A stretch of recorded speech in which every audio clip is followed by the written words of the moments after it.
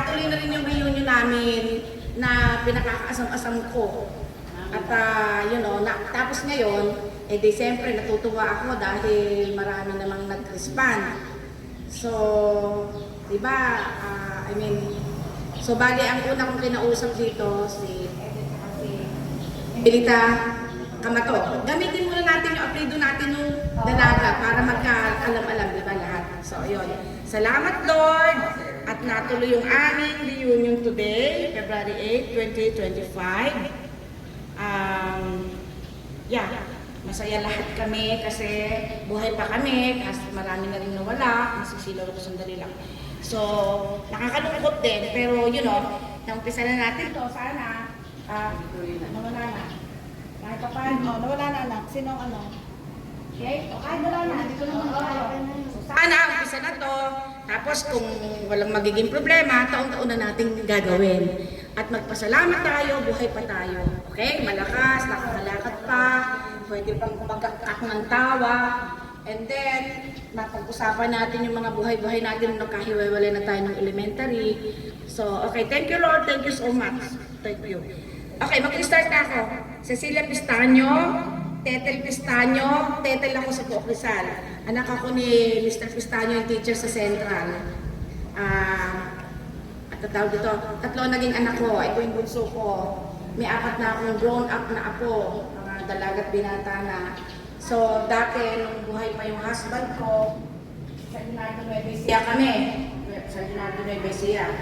Tapos ngayon, San Miguel Bulacan ako. Napakadaling makita kasi papuntang Manila, gawing kaliwa kami, tapat lang kami ng hospital, Emmanuel Vera.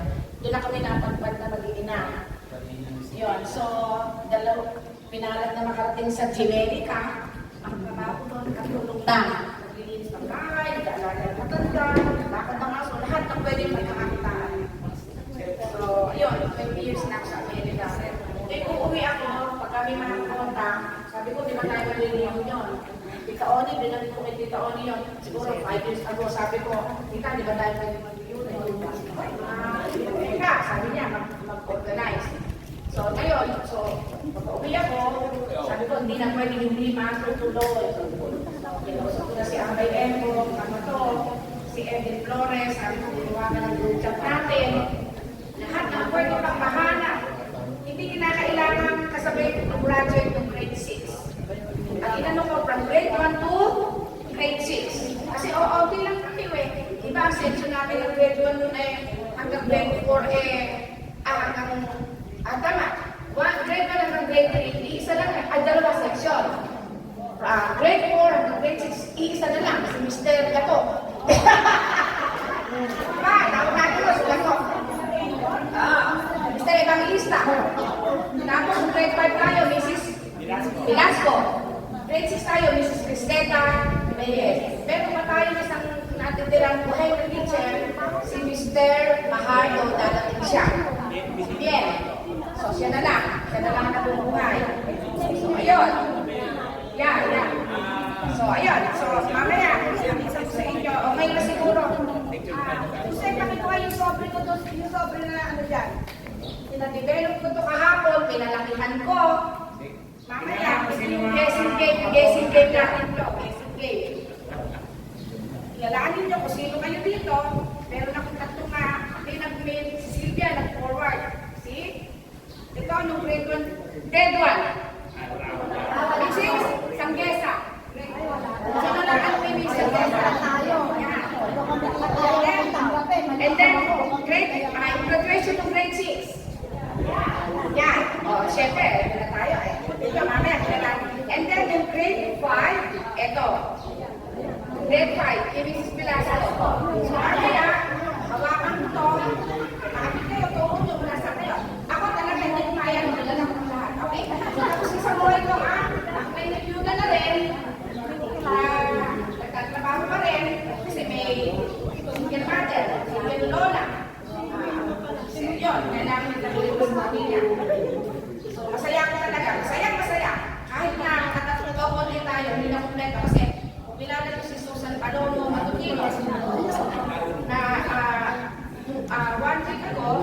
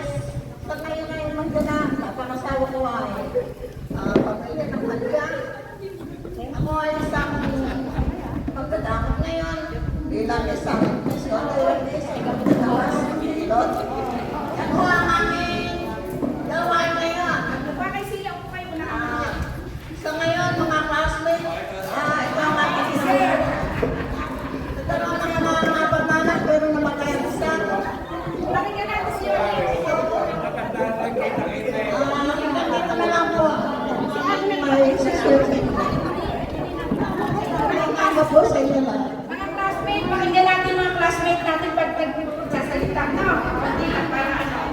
Pakinggan natin para marinig yung buhay-buhay. Pila na muna kayo ng season nyo para ano, nakaupo. Hindi naman kayo. Ingay na lang kayo. Aw! Makinig! Siya, kadadating mo lang pinakanak mo na.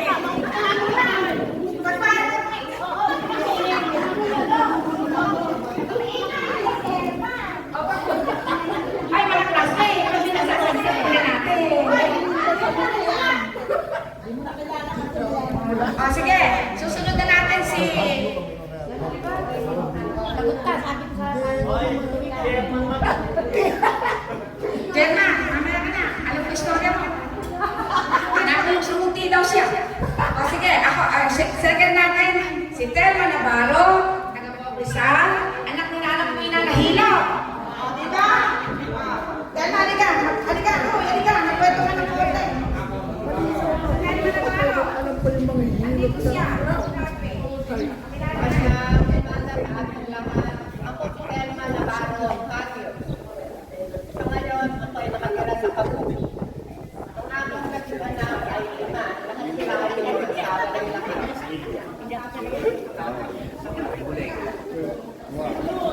Malapit-lapit din yan. Ako'y nagkasakit.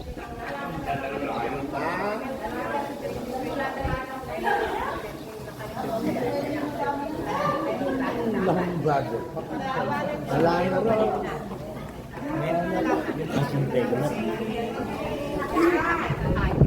Ayan, si Telma ha, kilala niyo, natandaan niyo? Focusan siya. Si Yoli, taga San Carlos siya. Susunod natin si Virginia Mendoza, buong San Roque. Si Tiririt, number 2. Magandang umaga sa ating lahat. Ako si Virginia Mendoza, small but terrible. Taga Curva. Ang napangasawa ko, kilala niyo rin si Renato de Jesus. Norte, kaya lang, kami biyuda ko lang nang bago magpasko. Nagkasakit siya. Nagkaroon ako ng 4 na anak, 2 lalaki, 2 babae. Ako ko, 3 pa lang. O, yun lang. Nasa bahay, taga-alaga ng apo. Amat. Parang lahat yata nang nandito nag-aalaga ng apo. O, ayan, yung ating news forever. Veronica Alivia. Ang bahay nila, natatandaan nyo, tabing-tabi lang ang school natin. O, ayan. Lagi tayo sa kanila. Si Tawani. Magandang umaga po sa inyong lahat. Oh, kilala niyo siguro ako. Siyempre naman. Oh. 3 ang aking naging anak, pero lahat sila meron ng mga asawa. Ako, sa bahay lang, nag-aalaga lang ng apo. Naglilinis sa bahay, ng bakuran. Oh, masipag ako. Ayun, ganun lang. Thank you sa inyong lahat at nakarating tayo dito sa question na ito. Maraming salamat. Good morning ulit. Yeah! Okay, next si Eugenia Bulandos Pokisan. Ayan, si Henny. Ayan na sila, Henny. Magandang umaga po sa inyo lahat. Ako po, na patayan ng asawa ng 6 mga anak ko. Tapos po, nag-asawa uli ako. Nung nag-edad ako ng 29, naka-anak uli ako. Kaya po ang aking naging anak, 12. Pero natutuwa naman po ako kasi yun ang kayamanan ko. Hindi kaya magawin sa akin. Yay! Okay, i-announce ko lang, ito dumating na si Ma'am Emiliana Marsan, tsaka si Yolanda Pasis.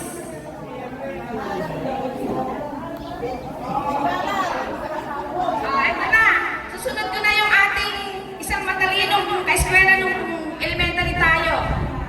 Siya ay kilala natin kasi meron siyang birthmark. Si Crescenciana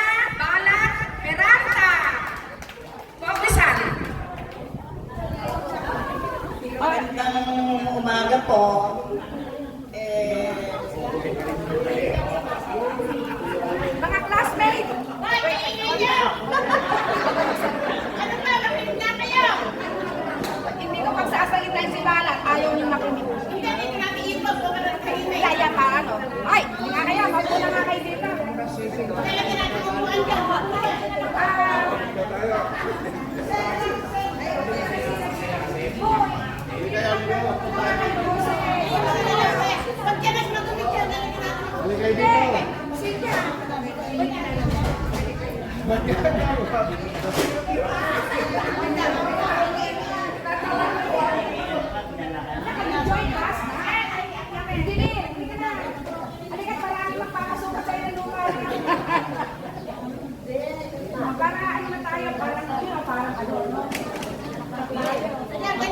Pwede na.